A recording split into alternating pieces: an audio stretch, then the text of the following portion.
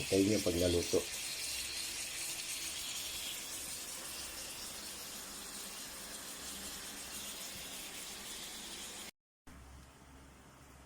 Ito po mga boss, oh. Nag-aantay na ng pagkain itong mga alaga ko. Hintayin nyo pag nakaluto tayo, kakain na tayo. Ito yung isa, oh. Ayun, laki.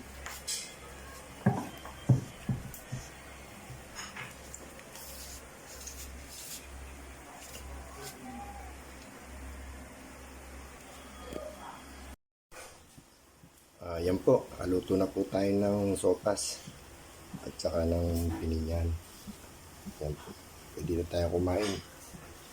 Mga doggy ko, pwede na rin kumain. Ayun, nag-aabang, oh. Nakaabang na, oh. Hindi po, kain po tayo.